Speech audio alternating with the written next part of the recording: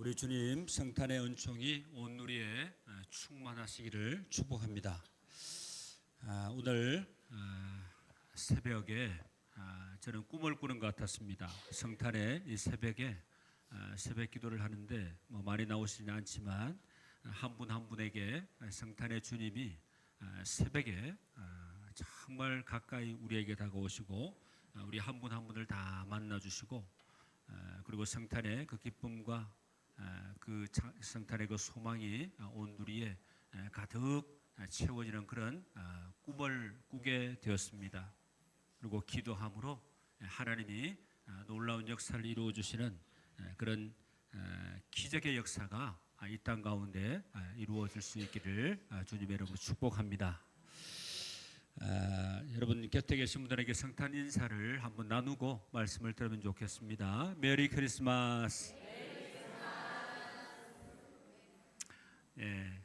우리 교회 학교 우리 다음 세대들과 함께 예배를 같이 드리고 있는데 우리 어린아이들은 참 감사 표현을 참 잘합니다. 우리 다 같이 어린아이와 같은 마음으로 예수님 이 땅에 오심을 감사합니다 이렇게 고백하시죠. 예수님 이 땅에 오심을 감사합니다. 할렐루야. 자, 오늘 우리는 뜻깊은 성탄절을 맞아서 유대 땅 베들레헴 말구에 탄생하신 바로 아기 예수님께 경배를 하고 감사 예배를 드리며 성탄을 기뻐하고 축하합니다. 우리 어린아이들에게 이렇게 사진을 하나 좀 보여주세요. 예수님이 베들레헴 마국간에 태어나신 그림을 하나 보여드리고 말씀을 전합니다. 우리 하나님께서는 지금 고통 중에 있는 모든 이들에게 바로 큰 위로와 소망의 메시지를 전해주십니다. 여러분 성탄의 의미가 무엇인지 여러분 좀 이 시간 좀 잘 아셨으면 좋겠습니다. 여러분 성탄절 하지만 성탄의 의미를 잘 모르고 성탄절 맞이한다든지 성탄절을 보내는 그런 분들이 적지 않게 있습니다. 여러분 성탄 하게 되면 이 크리스마스라 그러죠. 성탄 크리스마스는 하나님이신 예수님이 인간의 몸을 입고 이 땅에 오신 성육신 사건입니다. 이것을 여러분 인카네이션이라고 얘기를 합니다. 여러분 한번 따라해 주시죠. 인카네이션. 인카네이션. 그렇습니다. 성육신 사건을 얘기합니다. 그리고 예수님이 왜 사람의 몸을 입고 오셨는가 하는 것을 분명히 알고 우리는 온전한 예배를 드려야 합니다. 세상은 여전히 갈등과 불안으로 어두운 가운데 있지만 하나님께서는 그리스도를 통해서 우리에게 참된 빛을 주셨습니다. 예수님은 하나님의 본체로서 우리 삶에 희망을 주시는 분이십니다. 오늘 말씀의 본문 바로 이스라엘 백성들을 향한 선지자 이사야의 예언입니다. 여러분 우리 교회 학교 아이들은 여러분 친구들은 이 말씀이 조금 어렵게 들릴지 모르지만 저는 이렇게 기도하면서 말씀을 전하려고 합니다. 성령님이 우리 교회 학교 우리 다음 세대에게 말씀을 듣는 귀를 열어주시고 말씀을 깨닫는 은혜를 주시도록 기도하는 마음으로 오늘 말씀을 전할 때 말씀이 어른들에게도 깨달아지는 은혜가 있고 우리 다음 세대 우리 교회 학교 우리 친구들에게도 말씀이 성탄의 기쁨으로 그대로 여러분들에게 전해지는 역사가 일어날 수 있게 되기를 바랍니다. 여러분 오늘 본문 말씀 2절 말씀을 한번 보십시오. 흑암에 행하던 백성이 큰 빛을 보고 사망의 그늘진 땅에 거주하던 자에게 빛이 비치도다 그럽니다. 이스라엘이 곧 처하게 될 상황을 먼저는 흑암이라 그럽니다. 그러니까 흑암은 짙은 어두움을 말하는 거죠. 이렇게 짙은 어둠 속에 있을 때에는 앞이 보이지 않습니다. 캄캄합니다. 그런 의미에서 이 어둠이라는 것은 희망이 보이지 않는 곤고한 상태를 비유적으로 뜻하는 겁니다. 그래서 이사야의 그 예언을 듣고 있던 이스라엘 백성들이 앞으로 곧 마주할 그런 상황이 그러했습니다. 이사야의 이 예언은 북방의 아수르 제국의 힘에 의해서 북이스라엘이 굴복을 하고 결국에는 무너지는 그런 상황을 말합니다. 그리고 북이스라엘이 무너진다면 그 다음 순서는 바로 예루살렘과 남유다가 될 것입니다. 예루살렘에서 주로 활동을 한 선지자 이사야는 앞으로 닥치게 될 이런 위기를 예언했습니다. 이사야는 구약 시대에 활동을 한 대표적인 선지자이고 이사야의 그 예언을 기록한 책도 바로 구약 성서에서 대표적인 예언서로 손꼽힙니다. 이사야는 제사장 가문 출신인데 주로 예루살렘에서 활동을 했고 남유다의 왕들 앞에서 예언 활동을 하기도 했습니다. 그러니까 우시야 왕 말년부터 시작을 해서 요담, 아하스, 히스기야 시대까지, 그러니까 운요아히 이렇게 얘기를 하는데 이니셜 따서 운요아히, 이 네 명의 왕이 나라를 다스렸고 그 시기가 40여 년에 이릅니다. 그러니까 그만큼 이사야는 선지자로서 유력하게 활동을 한 인물이라는 것을 알 수가 있습니다. 그런데 선지자들에게는 짊어져야 되는 숙명적인 아픔이 있습니다. 하나님은 이스라엘이 죄와 타락 가운데 있을 때 예언자를 보내셨습니다. 예언자에게 임한 하나님의 말씀은 이런 이스라엘을 향한 하나님의 진노였고 징계였습니다. 그리고 예언자는 하나님의 말씀을 대언하는 자로서 이 말씀을 전해야만 했습니다. 자신의 민족이 당하게 될 그 수치와 고통에 대한 말씀입니다. 이런 말씀들은 사실은 개인적으로 생각해 보면 참 이런 말씀 전하지 않고 싶다 이렇게 얘기할 수도 있습니다. 왜요? 희망의 말씀이 아니라 하나님이 축복의 말씀을 주시는 그 말씀인 것 같으면 힘있게 아주 흥분된 의지로 얘기할 수 있겠지만 여러분들이 지금 제된 생활을 청산하지 못하고 여호와께로 돌아오지 않으면 여러분들은 반드시 징계를 받게 될 테고 심판을 받을 수밖에 없습니다 하는 얘기를 전하기가 그렇게 마음이 썩 편하지 않았을 겁니다. 그러나 이사야 선지자는 하나님의 말씀을 그대로 있는 그대로 받은 그대로 전해야 되는 그런 사명을 갖고 있었습니다. 이사야의 예언은 앞으로 이스라엘 민족이 마주하게 될 시련과 어려움이 어떠한가 하는 것을 잘 말씀해 주고 있습니다. 이방 나라 그리고 강한 민족의 압제 아래 놓이는 겁니다. 이로 인해서 무너지고 황폐하게 될 것입니다. 그런데 예언자의 목소리는 그들이 왜 이런 흑암과 같은 어려운 상황에 놓이게 되는지를 돌아보게 만듭니다. 그것은 바로 하나님의 징계였습니다. 그리고 하나님은 이유 없이 그 뜻하심이 없이 바로 그의 백성을 징계하지 않으십니다. 이스라엘 백성이 흑암에 갇힌 것처럼 그들이 흑암 가운데 행했기 때문입니다. 그러니까 그들 스스로가 하나님을 떠나서 이 어둠의 일을 즐겼고 죄악된 일을 행했다는 거죠. 선지자 이사야에게 주신 하나님의 계시는 먼저 여기에 대해서 말씀을 하고 있는데 여러분 이사야서 1장 2절에서 4절까지 말씀인데요. 들어보십시오. 하늘이여 들으라, 땅이여 귀를 기울이라. 여호와께서 말씀하시기를 내가 자식을 양육하였거늘 그들이 나를 거역하였도다. 소는 그 임자를 알고 나귀는 그 주인의 구유를 알건만은 이스라엘은 알지 못하고 나의 백성은 깨닫지 못하는도다 하셨도다. 슬프다. 범죄한 나라요, 허물진 백성이요, 행악의 종자요, 행위가 부패한 자식이로다. 그들이 여호와를 버리며 이스라엘의 거룩하신 이를 만홀히 여겨 멀리하고 물러갔도다. 그렇게 말씀을 합니다. 여기 보면 나귀도 그 주인의 구유를 알지만 이스라엘 백성은 하나님이 그들을 조성하시고 기르신 것을 깨닫지 못했습니다. 그래서 하나님을 버리고 만홀히 여겼다 그럽니다. 하나님의 규례와 말씀을 멸시하고 자신들의 그 욕심과 유익을 따라서 죄악된 일을 행했다는 겁니다.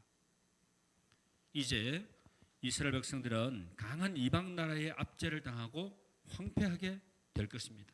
그런데 그들에게 임할 이러한 위기와 곤경은 정치력의 부재나 경제력과 군사력의 침체에서부터 군사력 이런 것들이 약화된 것에부터 왔다라고 단순하게 그렇게 생각을 할 수는 없습니다.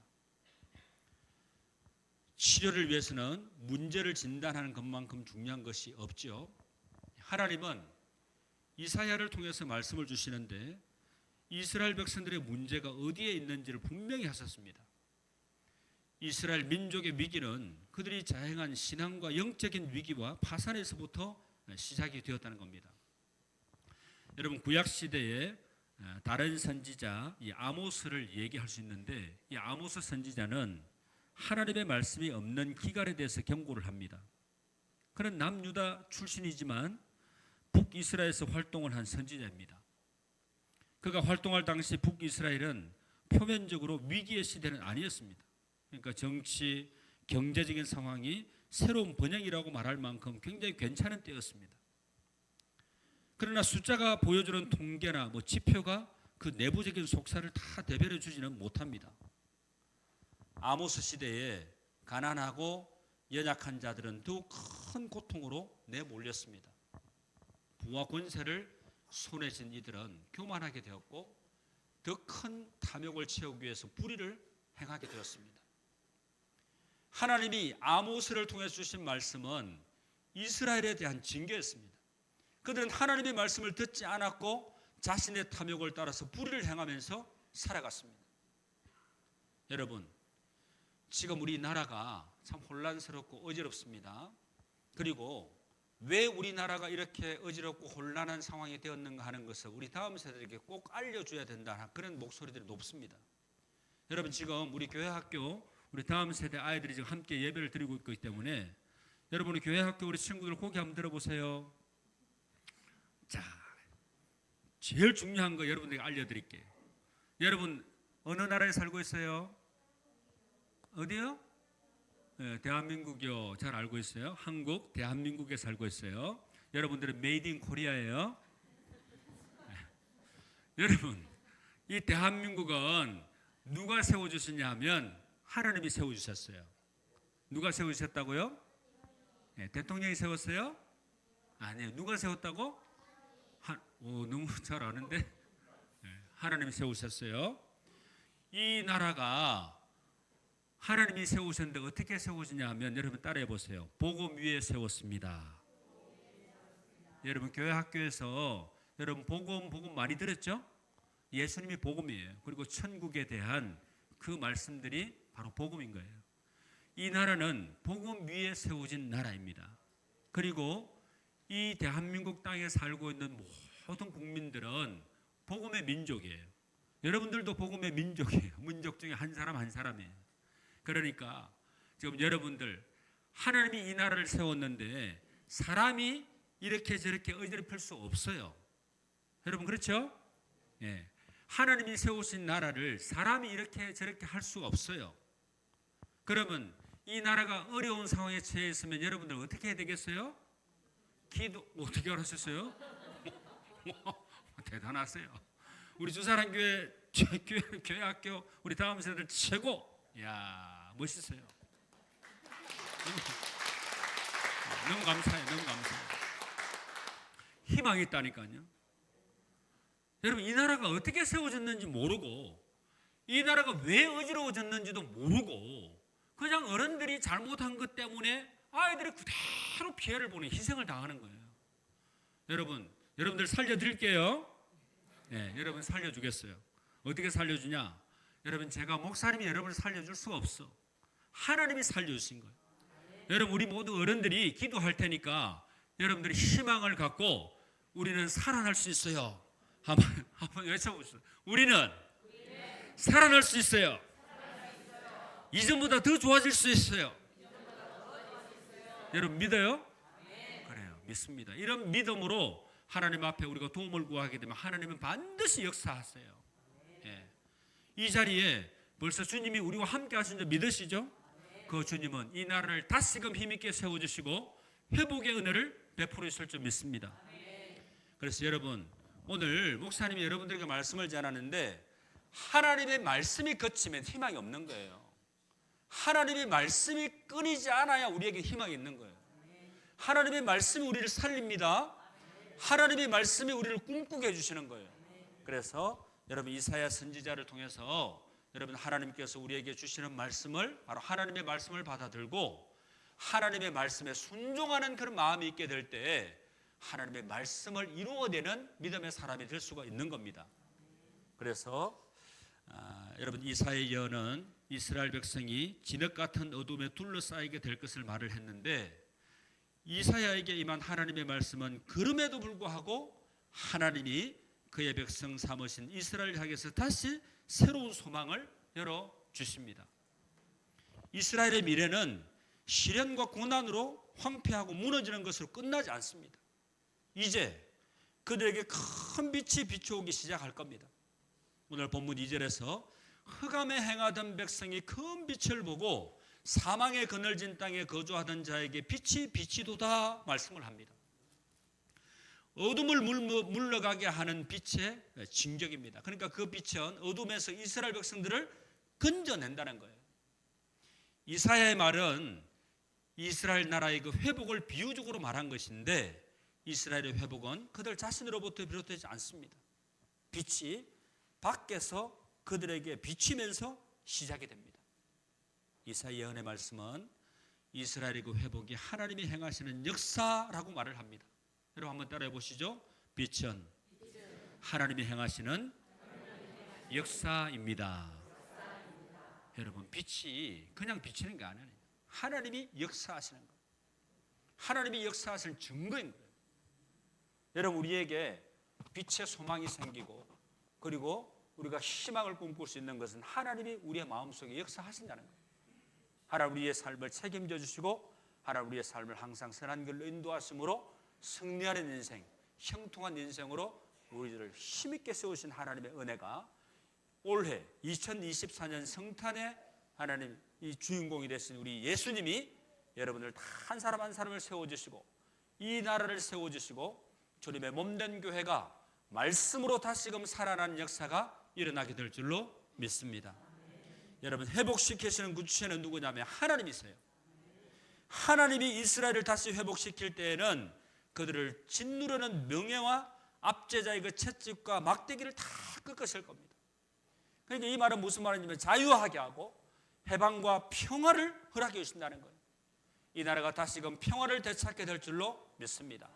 그리고 평화의 민족으로 제사장의 나라로 세계 열방을 향하여 나가서 선한 영향력을 끼치고 영적인 지도력을 나타낼 수 있는 복음의 나라, 제사장의 나라 대한민국이 반드시 될 줄 믿습니다.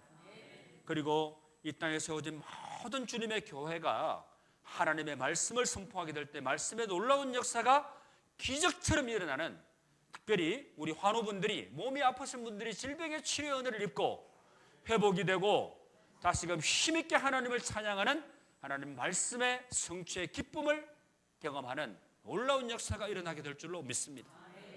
여러분 어린아이들 할 것 없이 모두가 다 한마음 한뜻에서 한뜻으로 합심해서 기도하게 되면 하나님의 역사는 반드시 일어나게 되는 것입니다. 오늘 6절 7절 말씀 마지막 절 말씀 읽고 우리가 말씀을 마무리하려고 합니다. 같이 한번 읽습니다. 시작. 이는 한 아기가 우리에게 낳고 한 아들을 우리에게 주신 바 되었는데 그의 어깨에는 정사를 메었고 그의 이름은 기묘자라 모사라 전능하신 하나님이라 영존하시는 아버지라 평강의 왕이라 할 것임이라.